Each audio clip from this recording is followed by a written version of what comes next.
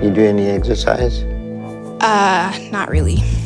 I have a hard time walking because I can't get my feet together. I have a really hard time just with the way my weight is stored. Like, it's down here and here.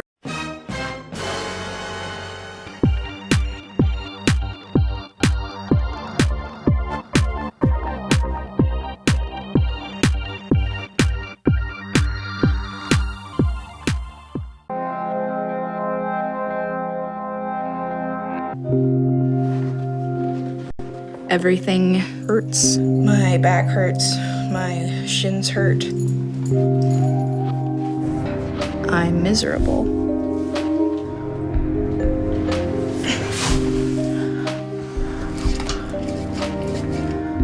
I feel like a nasty, yucky monster. Wow, she has a lot of added weight on her, and she's such a young woman. One of the things that we don't realize is people who aren't carrying so much weight, just the added problems that that weight can have, and how difficult it is just to stay clean as what you're seeing here. Sometimes I feel so hopeless. And I think that maybe it's not worth it. Maybe it would have been better if I had never been born. So you may look at her legs and say, what is going on with them? Is that just all excess fat that she has in her legs? And the answer is not necessarily. She appears to have severe lymphedema. And lymphedema is what can occur when you have excessive weight, that it can actually block your lymphatic channels and it can cause fluid to build up in parts of the body. Believe it or not, one of the names for this when it's really severe is elephantiasis. Not a very nice name for it. And this can happen when sometimes elephantiasis is not so bad, and other times it can be so huge that people can't walk when it's that big. I have a lot of anxiety and I don't like it. And I am at peace while I eat. I don't have to think about the way I let those around me down if I'm eating. It's a distraction. It's easy for people to judge somebody who is massively overweight like Amber, but what we don't know is why is she this heavy? And it appears in Amber's case, which really you see in a lot of people who have a lot of weight like her, is that there's emotional eating involved. There are issues, like for her it could be anxiety, where the comfort comes from eating food. And there is so much that can occur in how we grow up, in how our parents treat us, and the things that people say to us that can really impact how you feel and how you act and how you eat as an adult.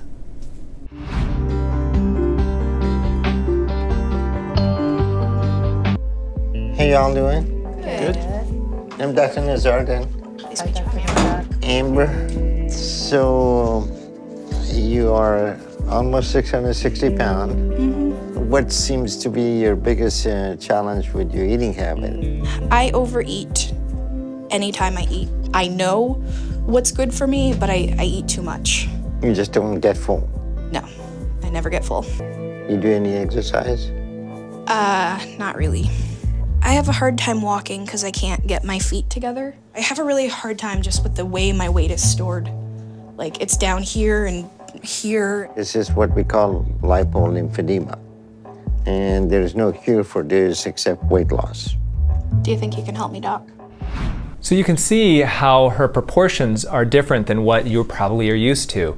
And believe it or not, that elephantiasis, that lymphedema that she suffers with, is something that can also occur in third world countries due to parasites. People can have this happen to them not necessarily by being overweight, but by worms that are spread from mosquitoes, believe it or not. The hope in Amber's case is that if she can lose some weight, either by reducing her emotional eating or by having surgery by Dr. Now, not only will she lose weight due to fat reduction, but she may lose a lot of that fluid that has accumulated into her legs, allowing her to be able to move more and to be more active and to lose even more weight.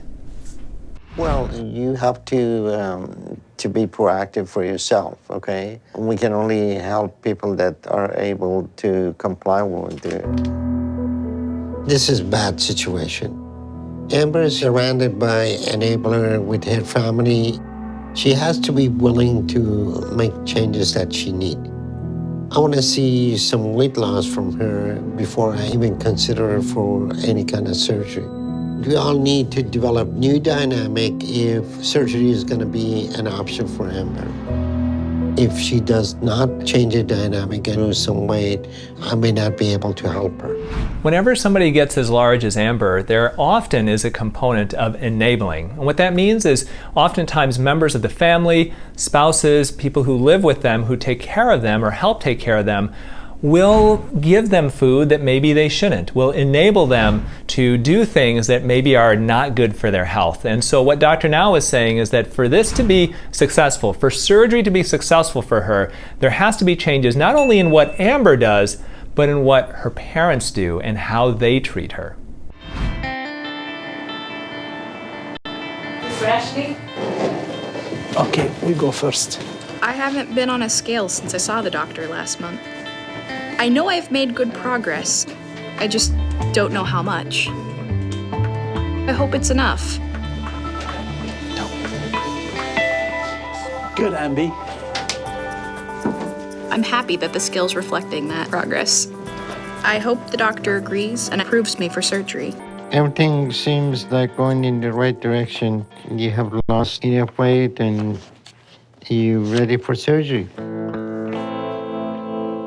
Okay. Awesome. Excited? Yeah, I'm a little scared of being cut open. Yeah, it is scary. But this will be only opportunity to get you down to your ideal body weight. So. Awesome. Good for her. By making some changes in how she eats, she's lost 17 pounds in just a couple of months. So that's a great start for her. But where she's really going to get big changes is after this operation. Big breaths. Amber is having her weight loss surgery today. With the patient this size, complication can be a life-threatening situation. So we have to be very careful. All right, everything is okay to do gastric bypass on Amber. Gastric bypass is a very effective tool for weight loss. We're going to change the digestive system, and with the morbidity of this patient, usually stomach is as big as the size of a football. We're going to make it as small as a baseball. And by doing that, we're going to limit the capacity of the eating. The patient will be able to get full real quick. So what happens during a gastric bypass? Well, essentially you bypass portions of the stomach and the small intestine. And so the idea is that you make a small stomach pouch. He mentions the size of a baseball. I've also heard the size of a golf ball. It gets pretty small. And then you actually reattach it lower down into the small intestine. And by doing that, a person can get full quicker, so they don't eat quite as much. And the second thing is that you bypass some of the digestion, and so you allow the body itself not to quite digest as many calories. This episode is brought to you by my skincare line, Youn Beauty. Our products combine natural and organic ingredients with the latest in scientifically proven anti-aging components like vitamin C and retinol. So if you're looking for healthy and youthful skin without the unnecessary chemicals, this is the skincare line for you. Check them out at dryounonline.com and use the coupon code 20OFF to get $20 off your first order over $99. We'll put a link in the caption below. All right, back to the video. Amber, last chance to lose weight. All right, that looks good. Everything well fine, and we finished the surgery. We're gonna go ahead and move her to recovery room. Back when I used to do these in my training, we would do these open, where we would literally make an incision all the way down the tummy and do this under direct vision. You can see here he's using a laparoscopic technique, and that's what's used across the country now to do gastric bypass surgery. The other option, other than gastric bypass, is gastric sleeve surgery. This is a little less invasive. You don't lose quite as much weight quite as quickly, but that's another option. I'll carry my purse and I guess the backpack if you want me to. The backpack feels pretty heavy. You can't. I don't think you should carry this. I'm really glad to be going home and to start adjusting back. I know I have a lot of work ahead of me. This isn't going to be easy. I'm going home to a different world. I can no longer go to my happy place with food. It's a little scary, not gonna lie. Recovery after a gastric bypass surgery is not nearly what it used to be when I would do them in an open technique. But what is still difficult is the eating part of it. So the actual surgery, you heal pretty quickly, but you have to start eating in such small amounts, in literally teaspoons with clear liquids and then advancing it, that it can be very difficult for some people. Now, on top of that, she is dealing with emotional eating issues. And we all know what emotional eating is. I think we all probably do some emotional eating on our own. You know, how many times have you felt a bit down, or maybe you had a bad day, or you were tired and you said, I'm just gonna reward myself with a little bit of ice cream, or I'm just gonna have some chips, or I'm going to eat a slice of cake because I just want something to feel good. That's what she's been dealing with, but on a much bigger level than what a lot of us who may not be her size and have her issues with it have. But it really is all on that same spectrum. And I think that's a really important point to make, because we should all have empathy for her, because her emotional eating isn't necessarily all that different from maybe yours or mine.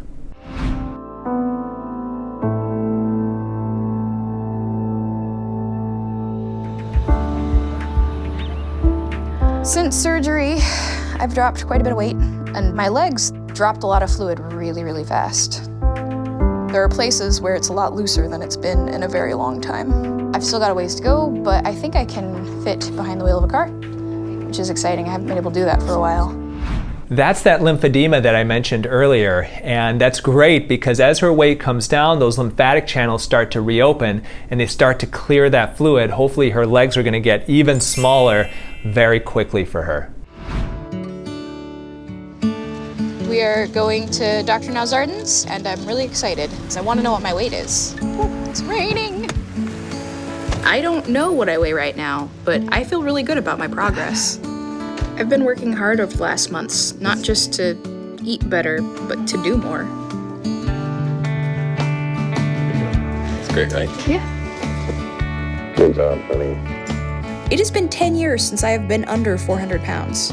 I never thought I'd get here. Wow, that is such a huge accomplishment that she's made. Now, it isn't uncommon for people with gastric bypass surgery to lose upwards of 70% of their extra weight in the first 18 months. Doesn't happen to everybody though, and so the fact that she is down over 250 pounds, that is awesome for her. Come in. Hello. Hey, Dr. Now. I see you lost some more weight. I'm glad to see that you're making good progress. Amber's done a great job. More and more, she's becoming independent. I'm proud of Amber sticking with the program. She has ways to go, but I'm confident she will get there. I surprised myself. I've come such a long way, and I still have a ways to go. But I'm gonna get there. Thank you. Good. I've taken control of my life. A year ago, I'm not sure I believed my life would ever get any better.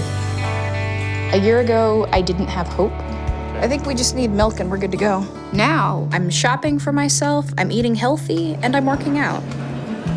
I'm able to go out in the world and kind of enjoy life a bit more. Life is totally different for me now.